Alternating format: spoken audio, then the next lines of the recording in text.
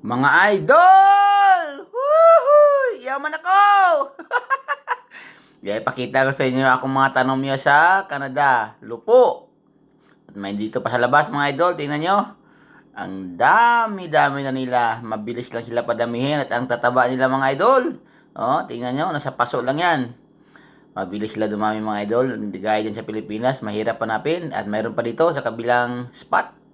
Oh, hindi lang yan, may kamuti. Sari-sari yung mga tanim ko dyan. Mayroon akong kamuti, alugbati, mayroong saluyot, mayroong sili. Oh, tingnan nyo. Ang dami kong tanim dyan mga idol, kahit maliit lang yung lupa ko. Kamatis. Yan, panoorin na lang yung mga idol kung anong mga nilagay ko dyan. Hanggang dyan, oh. Tingnan nyo, mayroon pang, ang tawag dito, talong, oh. Malaki na yung bunga niya. Yan, sayuti, di pa gumagapang. At yan, maraming talong dyan. Tingnan nyo. Mayroong alugbate dyan sa dulo. Ampalaya. Dahon lang yung ginagamit ko. Tingnan nyo, libre na naman. Wow, kanamito na. Luto na mga idol. Ito na. Oh, baboy, munggo, lupo. Perfect.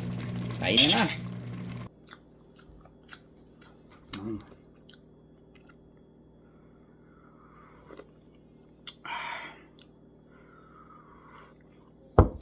Sarap mga idol.